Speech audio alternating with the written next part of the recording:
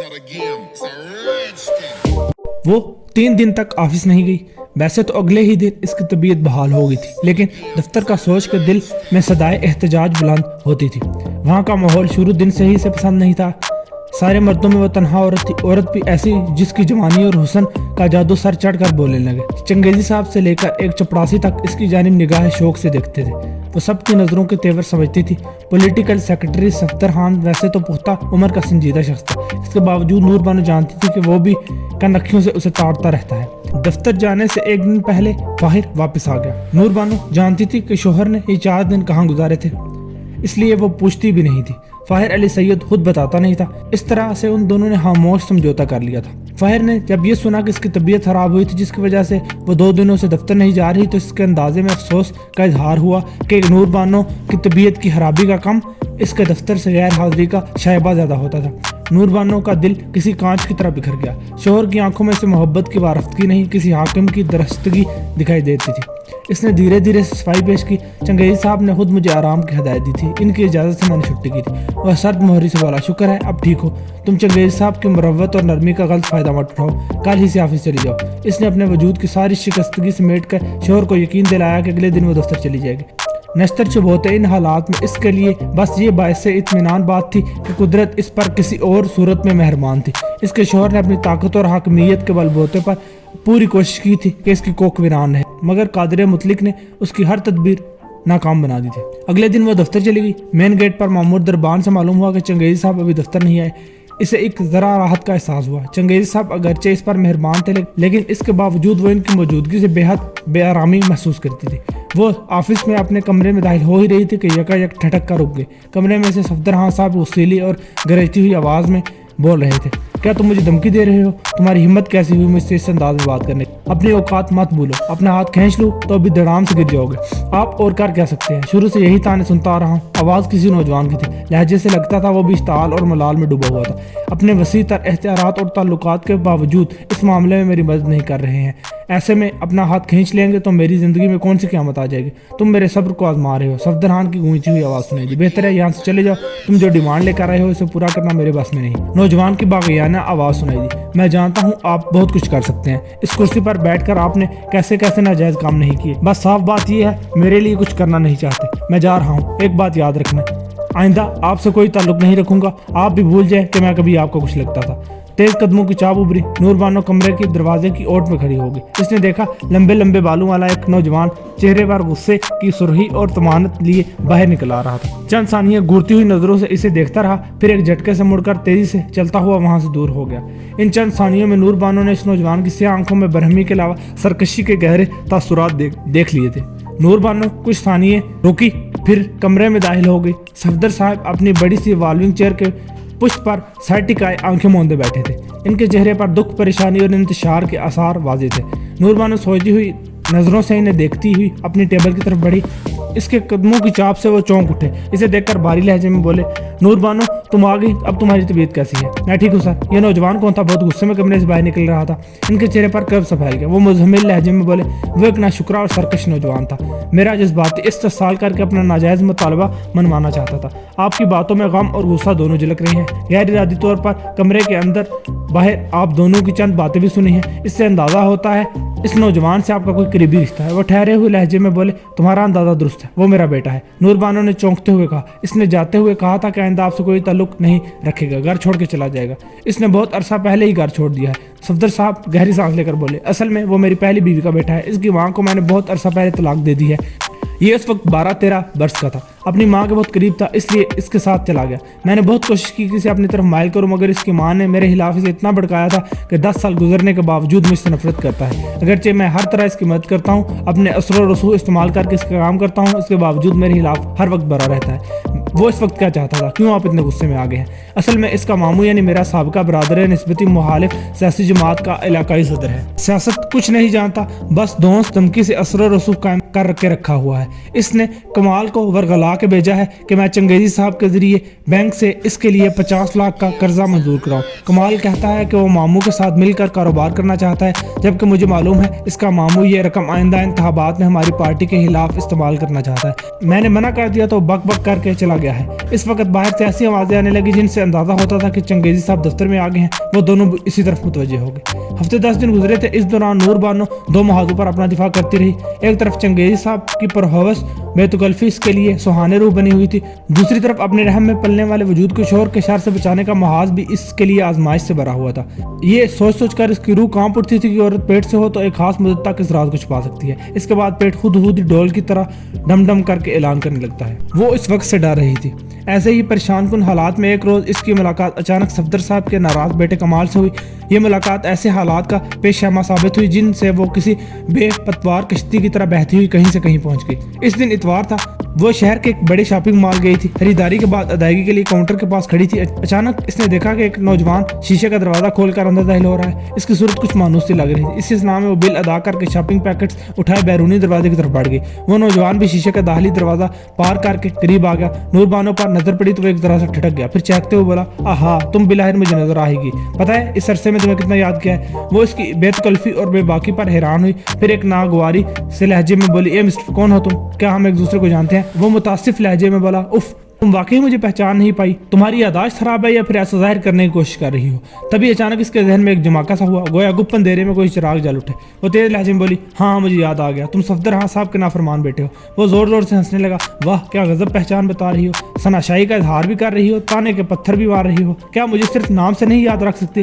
نام ان کا یاد رکھا جاتا ہے جن سے رشتہ مضبوط ہوتا ہے۔ وہ بے نیاز سے بولی، تم بتاؤ تم سے میرا کیا رشتہ ہے؟ رشتہ بھی جڑ جائے گا، بس تم ذرا سرد مہری اور بے روحی چھوڑ کر ایک ذرا اپنائیت تو دکھاؤ۔ نور بانو نے ذرا خشک لہجے میں کہا، میں حیران ہوں چند سیکنڈز کے لیے ہمارا سامنا ہوا، اس بنیاد پر تم کتنا بے تکلف ہو رہے ہو۔ اس نے شوق اور غیر سنجیدہ سے انداز میں سینے پر ہاتھ رکھتے ہوئے کہا، اف کیا بتاؤں، وہ چند سیکنڈ نہیں تھے، گویا صدیاں تھی۔ میں اب تک اس پہلی ملاقات کے خمار سے نہیں نکلا۔ دیکھو تم کسی غلط فہمی میں نہ رہو، اگر مجھے نہیں پہچانتے ہو تو سن لو، میں شادی شدہ ہوں، فاہر جیسے معروف شخص کی بیوی ہوں، میں سب جانتا ہوں۔ نور بانو صاحبہ، تمہارا نام بھی تمہارا کام بھی، تمہارے بارے میں پہلے ہی دن سے سب پتہ چل گیا تھا۔ اس دن کے بعد میں اپنے ابا سے تو تکرار کے بعد جب باہر نکل رہا تھا تو تم سے مدبھیڑ ہوئی تھی۔ اس وقت غصے سے بھرا ہوا تھا، اس کے باوجود تمہارے بارے میں ہی سوچتا ہوا باہر آیا، کسی فلمی سٹوری کی طرح پہلی ہی نظر میں تمہارا جادو چل گیا تھا۔ باہر آ کے دوبارہ اندر گیا، تمہارا حلیہ بتا کر حدود اربا معلوم کیا تو پتہ چل گیا کہ تم چنگیزی صاحب کی پرسنل سیکرٹری ہو، شاہ جی کی بیگم ہو، وغیرہ وغیرہ وغیرہ وغیرہ۔ میں باری باری دل کے ساتھ وہاں سے چلا گیا کہ جس کے لیے دل مچل اٹھا ہے اس کے جملہ حقوق تو کسی اور کے نام محفوظ ہیں، تو اپنی بات ختم کر کے وہ خوب ہنسنے لگا۔ نور بانو کو اس لاؤبالی غیر سنجیدہ اور خوبرو نوجوان کی باتوں پر غصہ بھی آ رہا تھا، سب کے سامنے راستہ روکنے پر جنجلاہٹ بھی ہو رہی تھی۔ اس نے تیز لہجے میں کہا، تمہیں حقیقت کا علم ہو گیا ہے کہ میرے جملہ حقوق کسی اور کے نام محفوظ ہیں، تب کیوں میرے راستہ روک کر ایسی بازاری باتیں کر رہے ہو؟ ایسا نہ ہو میں صفدر صاحب سے تمہاری شکایت کر دوں، پھر تمہیں اس حوالے سے بھی ان کے عتاب کا سامنا کرنا پڑے۔ اے ظالم حسینہ مت ڈراؤ مجھے، وہ میرا کچھ نہیں بگاڑ سکتے۔ اس نے چہکتے ہوئے کہا، ان کو باپ سمجھ کر بہت رعایت دی ہے، آئندہ ان کا جواب پتھر سے دوں گا۔ ویسے مذاق کے علاوہ ایک اہم بات کرنی ہے تم سے، کیا تم ایک کپ کافی کے لیے ٹائم نکال سکتی ہو؟ نور بانو کی اس کی آخری بات کی سنجیدگی محسوس کر کے سوچتی ہوئی نظروں سے اسے دیکھ کر بولی، اتنی دیر سے تم بے پر کیوں اڑا رہے ہو؟ کیا وہ اہم بات نہیں کر سکتے تھے؟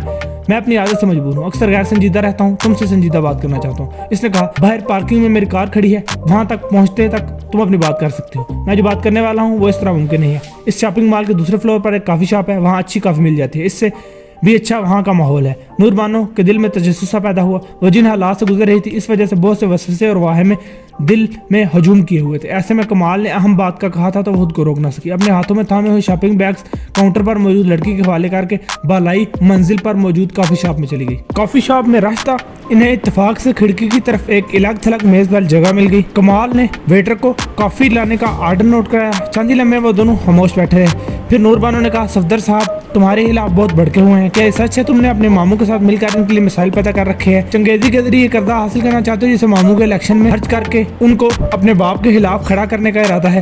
وہ کڑوے لہجے میں بولا، میرے ابا بھی پورے حضرت ہیں، زندگی بھر چنگیزی صاحب کی بدعمالیوں اور بدعنوانیوں پر پردہ ڈالتے رہے، وہ ہر غلط کام کرتے رہے جو قانون اور اخلاق کے دائرے سے باہر آتا ہے، لیکن چنگیزی صاحب کے مفاد اس سے وابستہ ہوتا ہے۔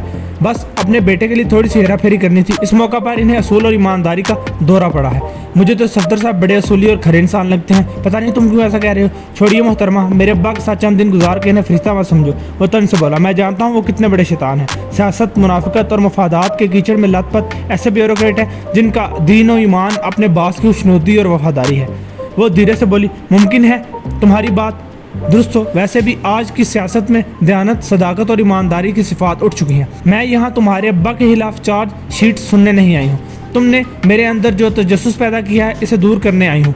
वो हंस पड़ा, इतनी जल्दी भी क्या है मैडम, ज़रा सब्र तो करो।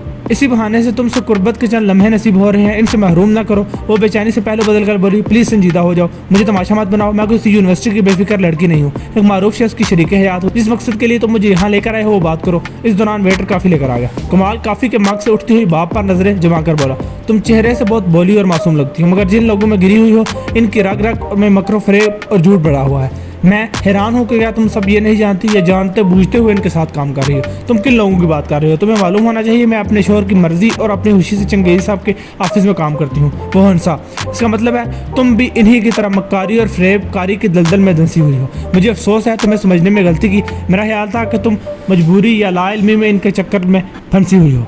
अब जबकि तुम अपनी खुशी के साथ इनके साथ काम करती हो तो बेहतर है तुम्हारे साथ मजीद वक्त ज़ाया ना करो। तुम काफ़ी पीकर जा सकती हो।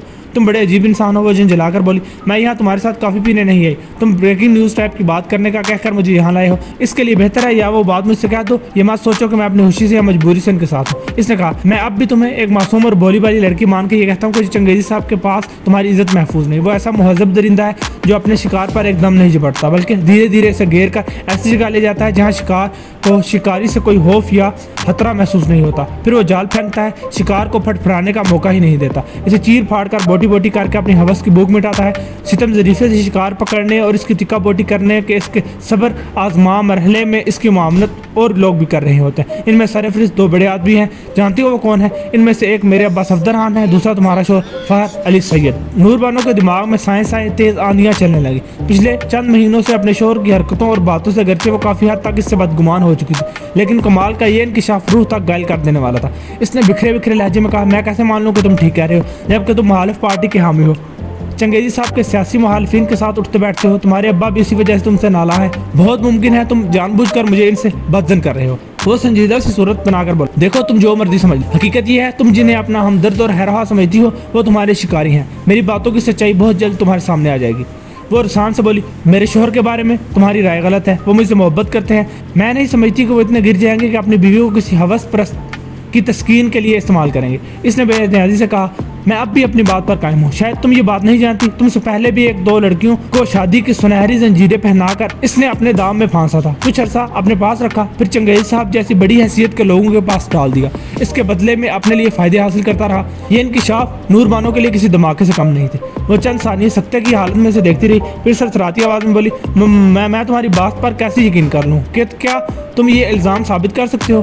ये इल्ज़ाम नहीं, हकीकत है। तुम मेरे अब्बा से पूछ लो, अपने ऑफिस के किसी और बंदे से ये उगलवा लो। मेरे पास इन दो लड़कियों की तस्वीर मौजूद है, मैं तुम्हें व्हाट्सएप कर देता हूँ, तुम हौसला रखो। ये तस्वीरें दिखाकर शाह जी से पूछ लो कि सारी सच्चाई तुम्हारे सामने आ जाएगी। वो शदीद दुख से बड़ी बड़ी आवाज़ में बोली, मुझे समझ नहीं आ रहा तुम्हारा शुक्रिया अदा करूँ या तुम्हें बुरा भला कहूँ। शायद तुम अंदाज़ा नहीं कर सकते एक बीवी के लिए तुम्हारे इंकिशाफात कैसे जहरीले हैं। मेरे अंदर आग लगी हुई है। अपने शोहर से इन इल्ज़ामात के बारे में ज़रूर पूछूंगी, या तो इस आग में इन्हें भी अपने साथ जलाकर राख कर दूंगी या फिर तुम्हारे झूठे इल्ज़ामात के बदले तुम्हारा हशर कर दूंगी। ये कहकर वह झटके से उठ खड़ी हुई। कमाल खान भी उठते हुए बोला, मेरी हमदर्दियाँ तुम्हारे साथ हैं। बहुत जल्द तुम जान जाओगी कि मैंने कुछ गलत नहीं कहा। मैं ये भी जानता हूँ कि तुम अपने शोहर का मुआवजा करोगी तो वो शर्मिंदा होने के बजाय उल्टा तुम पर चढ़ दौड़ेगा। ऐसे में इस अताब से बचने के लिए मेरे दरवाजे तुम पर खुले होंगे। ये मेरा कार्ड रख लो, दिल चाहे तो ये नंबर अपने मोबाइल में महफूज कर लेना। मुश्किल वक्त आए तो मुझे अपना समझ कर कॉल कर लेना। मैं तुम्हारी तवक्को से बढ़कर तुम्हें बचाने के लिए आ जाऊँगा। नूर बानो ने सोचती हुई नज़रों से इसके कार्ड को देखा, फिर इसे उठाकर तेज़ तेज़ चलती हुई जीनों के जरिए ग्राउंड फ्लोर पर आई। अपने शॉपिंग पैकेट्स उठाकर पार्किंग की तरफ गई। वहाँ ड्राइवर बेचैनी से इसका इंतजार कर रहा था। नूर बानो गमो गुस्से से भरी हुई गाड़ी की पिछली सीट पर गिरने के अंदाज में बैठ के इसके दिमाग में तेज झकड़ चल रहे थे। बहुत सी बातों के अलावा ये बात भी इस पर वाज़ेह हो रही थी कि फाहिर क्यों चाहता था कि वो बच्चे पैदा ना करे। वो इसे डेकोरेशन पीस की तरह बेदाग रखना चाहता था, बच्चों की माँ बनाकर इसकी कदरों कीमत खोना नहीं चाहता था। फाहिर अपनी कोठी में बड़ी बेताबी से टहल रहा था। इसके चेहरे से बेचैनी और गुस्सा जाहिर हो रहा था। वो कभी घड़ी की तरफ और कभी कोठी के मेन गेट की तरफ देख रहा था। इसी वक्त मेन गेट खुल गया। नूर बानो की गाड़ी अंदर दाखिल हुई। फाहिर होंठ भी खींच कर हशमगी निगाहों से इसे देखता रहा। नूर बानो की गाड़ी पोस्ट में रुक गई। इसमें से वो बाहर निकली। उसने शोला फिशा नजरों से लान में मौजूद अपने शोहर की तरफ देखा। कमाल ने इसके बारे में जो इंकशाफात किए थे इसकी वजह से वो गुस्से से भरी हुई थी। इन दोनों के दरमियान फासला ज्यादा नहीं था। दोनों एक दूसरे के चेहरे पर मौजूद तनाव और अलाव महसूस कर चुके थे। नूर बानो चंद सानिये इसकी तरफ देखती रही, फिर एक झटके से घूमकर कोठी के अंदरूनी हिस्से की तरफ चल पड़ी। फाहिर भी कुछ देर हशूनत भरी नजरों से इसे देखते रहने के बाद तेज तेज कदमों से इसके पीछे जाने लगा। नूर बानो लॉन्ज में ही रुक गई। फाहिर इसके पास जाकर डपट के बोला, इतनी देर तुमने कहाँ लगा रखी थी? तुम्हारा मोबाइल फोन क्यों मानता? इसने टटोलती नजरों से शोहर की तरफ देखा। इसके तेवर समझ नहीं आई। वो रसान से बोली, मैं आपको बता कर गई थी कुछ जाती चीजें खरीदनी है, इसके अलावा ग्रोसरी का सामान भी खत्म हो चुका है। अशिया की खरीदारी सिर्फ बहाना थी। असल में तुम छुप छुपा कर मेरे मुखालिफिन से मिलती हो। मुझे शक है मेरे खिलाफ साजिशें करती फिरती हो। आप कितने बदगुमान हैं? किस बुनियाद पर इतना बड़ा इल्जाम लगा रहे हैं? इसने तड़ख कर पूछा। वो बरहमी से चिल्ला उठा। शॉपिंग मॉल के काफी शॉप में तुम कमाल खान के साथ मौजूद नहीं थी। तुम दोनों ने इकट्ठे काफी पी और बहुत देर तक सरगोशियों में बातें करते रहे। क्या तुम नहीं जानती कमाल खान मुखालिफ पार्टी का बंदा है, अपोजिशन का आलाकार है? वो एतमाद से बोली, मैं सब कुछ जानती हूँ। ये नहीं जानती आपने मेरी निगरानी के लिए बंदे लगा रखे हैं। इसका मतलब है आप मुझ पर शक करते हैं। तुम ऐसे मशकूक लोगों से मुलाकातें करती हो, क्या मुझे इस पर नजर नहीं रखनी चाहिए? वो मुश्तिल लहजे में बोला, कमाल किस एतबार से मशकूक है? सफदर खान साहब जैसे आम शख्स का बेटा है। इस नाते से इसने मुझे एक काफ़ी का कप पेशकश की तो मैं किस मुंह से इनकार करती? लिहाज भी कोई चीज़ होती है। मैं सिर्फ आपकी बीवी नहीं हूँ, इससे बड़े लीडर की सेक्रेटरी भी हूँ। इसके हवाले से बहुत सी लोगों से मेल मिलाप भी रखना पड़ता है। ऐसे में कमाल से मिली हूँ तो क्या बुराई है? फाहिर ने गर्ज कर कहा, बड़े लीडर की सेक्रेटरी होकर इस गलतफहमी में मत रहो कि तुम हर काम में अपनी मर्जी कर सकती हो। कमाल एक शातिर और चालाक नौजवान है। मैं तुम्हें खबरदार करता हूँ, आइंदा इससे नहीं मिलोगी वरना टांगे तोड़ कर रख दूंगा। नूर बानो पहले ही से बरी बैठी हुई थी। इसने चिल्लाकर कहा, मुझे तो इसमें कोई बुराई नहीं नजर आती। एक साफ गो और खरा नौजवान है। मुझे इससे मिलने से रोकने के लिए ये वजह है कि आप डरते हैं कि कहीं आपकी जिंदगी के ऐसे राज ना बता दे जिन्हें आपने मुझसे छुपा रखा है। क्या बकवास करती हो? वो बिन्ना कर बोला, मेरी ज़ात अंदर बाहर से एक है। मेरे मुखालिफिन भी मेरे किरदार की तारीफ करते हैं। इसने ठहर ठहर कर तंजिया अंदाज में कहा, क्या आपके मुखालिफिन ये बात नहीं जानते कि आप अपनी बीवी को कामयाबी की सीढ़ी समझते हैं? क्या किसी को मालूम नहीं कि मुझसे पहले भी आप दो लड़कियों को बीवी बनाकर लाए थे, फिर इन्हें बड़ी बड़ी कुर्सी पर बैठने वालों को बतौर तोहफा पेश किया। इसके बदले अपनी सियासी और माली फ़ायदे समेटे तवाइफ कोठे पर बैठती है। इसके लिए गाहक लाने वाला दलाल कहलाता है। फायर शदीद हैरत से इसकी बातें सुन रहा था। इसके अंदर गुस्से से आग दहक रही थी। वो गरज कर बोला, अपनी जुबान को लगाम दो कमीनी, वरना काट कर हथेली पर रख दूंगा। इस बदबख्त कमाल से हुई जरा सी मुलाकात ने तुम्हारे अंदर सरकशी भर दी है।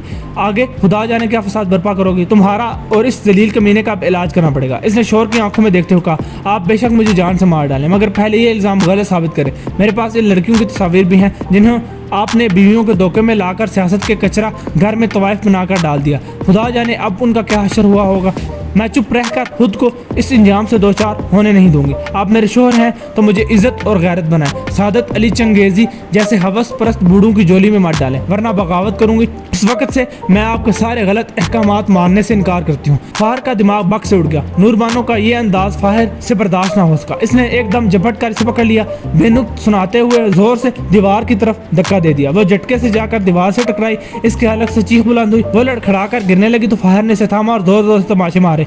फिर इसको बालों से पकड़कर जोर से एक तरफ धक्का दिया। वो लड़खड़ाती हुई गई और सोफे के दस्त से टकराई। इसकी बदकिस्मती कि वो जिस जगह सोफे से टकराई थी वहाँ लकड़ी का फ्रेम बना हुआ था। शीशम की मजबूत लकड़ी से नूर बानो का सर जोर से टकराया। इसके हलक से दर्द भरी चीख निकली। इसकी आंखों के आगे सितारे से जिल मिलाए। इसके हवास गुम होने लगे। वो बेदम सी होकर सोफे के नीचे गिर पड़ी और आड़ी तिरछी होकर फर्श पर साकित हो गई। वो शख्स जो इसके हाबों का शहजादा बनकर जिंदगी में आया था, असल में वो इसके सपनों का लुटेरा था।